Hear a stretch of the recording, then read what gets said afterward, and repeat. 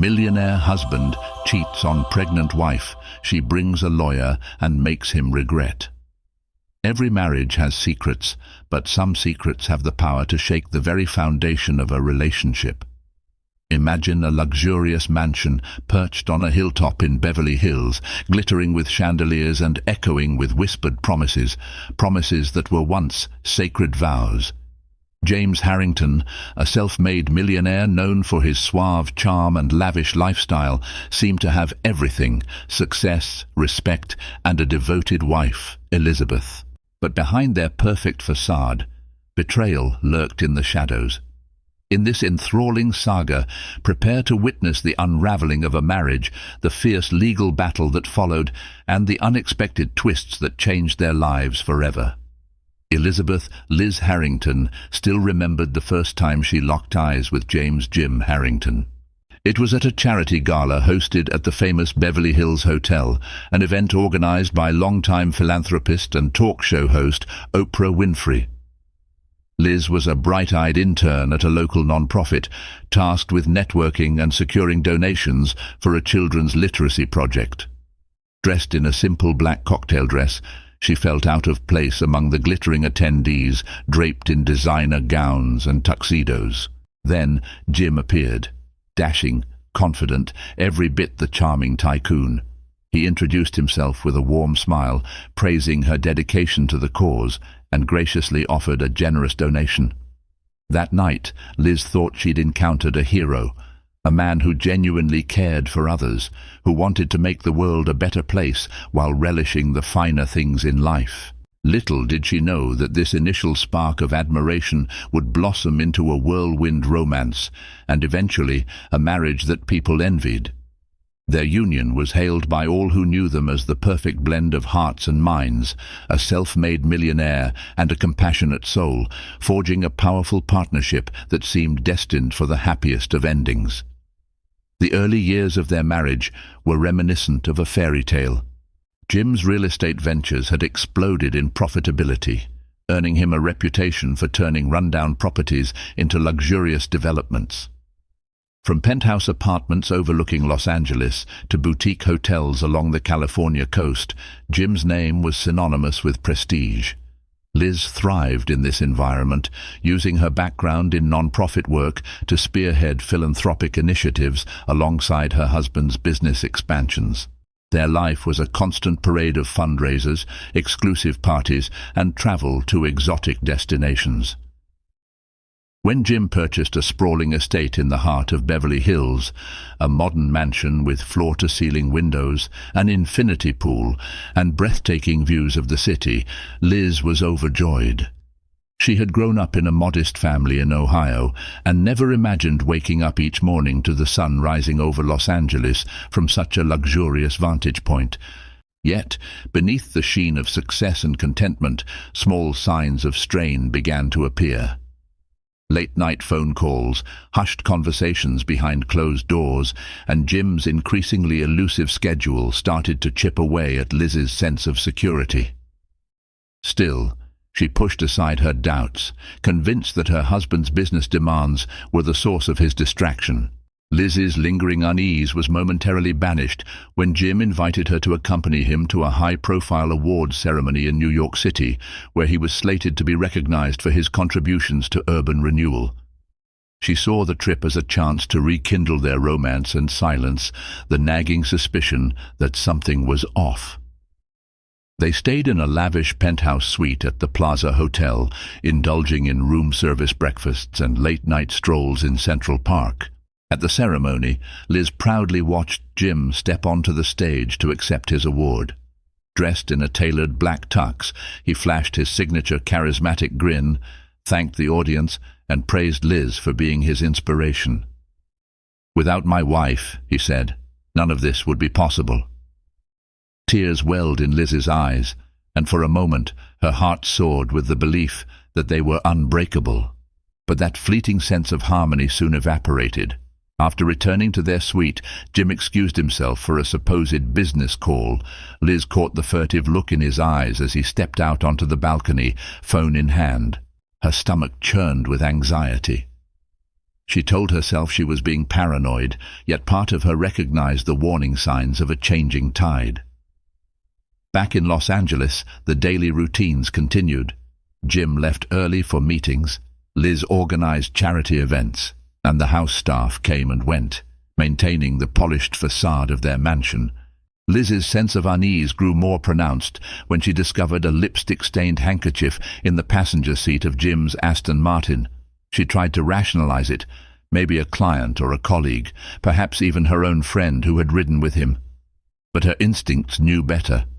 The color was a bold shade of crimson she would never wear, and it smelled faintly of a perfume she didn't recognize.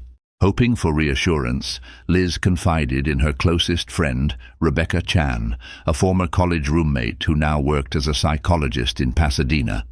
Rebecca's advice was gentle but firm. Speak to Jim. Don't let your fears fester in silence. Determined to salvage her peace of mind, Liz confronted Jim that evening. She showed him the handkerchief, voice trembling, tears threatening to spill. Jim brushed it off with a carefully measured laugh, attributing it to an associate who'd borrowed his car. He enveloped her in a reassuring hug, whispering, "You're the only one for me." For a moment, Liz believed him, or at least wanted to believe, sir. Shortly after the handkerchief incident, Liz's suspicions found fresh fuel in the form of anonymous messages on social media. Her Instagram DMs were suddenly filled with cryptic warnings. "He's lying to you. Ask him about Sabrina, and the truth will ruin you." Initially, Liz dismissed these as trolls seeking attention. However, the recurrence of the name Sabrina gnawed at her. She had never heard Jim mention anyone by that name. Late one evening, as Liz reviewed charity proposals in her home office, she decided to search through Jim's phone records. She discovered repeated calls and text messages to a number she didn't recognize. The contact was saved as S. Delgado. Although guilt tugged at her for snooping, the wave of dread she felt was undeniable. Who was this woman, and why was Jim contacting her so frequently? Nerves fraying, Liz tried to focus on a philanthropic event she had the following day. The event, a cancer research fundraiser, was also sponsored by the Harrington Foundation. She knew her professional responsibilities demanded a composed, gracious demeanor. Yet her mind was consumed with the name she'd uncovered, Sabrina Delgado. Little did she know that unmasking Sabrina would be the first step toward a storm that would upend her life. At the cancer research fundraiser, Liz made every effort to smile and network with grace. The venue, an elegant ballroom in downtown Los Angeles, shimmered with crystal chandeliers and sophisticated floral arrangements. Celebrities like Kim Kardashian and Leonardo DiCaprio showed up to lend their star power. Amid the clink of champagne glasses and hushed conversations, Liz felt a growing sense of detachment. Normally, she found joy in these gatherings, championing causes close to her heart, but that night her eyes kept darting toward Jim. He was surrounded by well-wishers and potential investors, flashing that million-dollar smile. Liz noticed how his gaze occasionally drifted to his phone, how his hand would slide into his pocket, checking messages. The pattern repeated itself every few minutes. Her heart thumped with worry. Could he be texting Sabrina Delgado right now under her very nose? Any attempt to confront him during the event would have caused a scene that might embarrass the Harrington Foundation. Liz remained silent, though the tension coiled like a spring inside her. She plastered on her social smile, shaking hands, making polite conversation, desperate to maintain the veneer of the perfect philanthropic power couple. But deep inside, she felt the walls closing in. That night, long after the fundraiser ended, Liz lay awake in their master bedroom. The room was a testament to Jim's wealth and taste, a king-sized bed with a handcrafted Italian headboard, plush Egyptian cotton sheets, and an attached balcony overlooking the sparkling city lights. Yet none of that comfort soothed her growing alarm. Jim was in his separate study, supposedly sending out emails. The house was eerily silent, save for the occasional hum of the air conditioning. Unable to bear the uncertainty, Liz took a bold step. She installed a discreet tracker on Jim's phone. It was a decision that filled her with self-disgust and a measure of anger. Anger at herself for not trusting her husband, and anger at Jim for making her feel this way. The digital line she crossed that night felt like a point of no return, but she was determined to uncover the truth. Days passed, and Liz meticulously monitored Jim's location through the app. Often, it simply confirmed his usual routine: business lunches, site visits, board meetings. But one afternoon, he went off schedule, heading to a less familiar part of town in West Hollywood. A jolt of apprehension compelled Liz to follow him. Liz's pulse hammered as she drove, keeping a careful distance. She had never done anything like this before, tailing her own husband, worrying that she might be mistaken for a private investigator in a crime drama. Jim's car eventually pulled into the parking lot of a chic rooftop bar, the kind that attracted the city's young and glamorous crowd. Liz recognized it from celebrity gossip columns. Apparently, it was a hotspot for actors, influencers, and socialites. From a safe vantage point, Liz watched as Jim stepped out of his car. Not long after, a striking woman with long, dark hair approached him. They hugged intimately. Liz felt as though she'd been punched in the stomach. She didn't need to guess who the woman was. This had to be Sabrina Delgado. Liz stayed in her car, tears stinging her eyes, watching them enter the bar together. Her world felt like it was spinning wildly off its axis. She snapped a few distant photos with her phone, uncertain of what she might need later. She contemplated storming inside to confront them, but something held her back, a mixture of fear, humiliation, and a grim desire to gather more evidence before making a move. In the days that followed, Liz rode a tidal wave of emotions: shock, fury, sorrow, and even a strange sense of relief that her suspicions had not been baseless illusions. Yet along with that relief came the crushing reality of betrayal.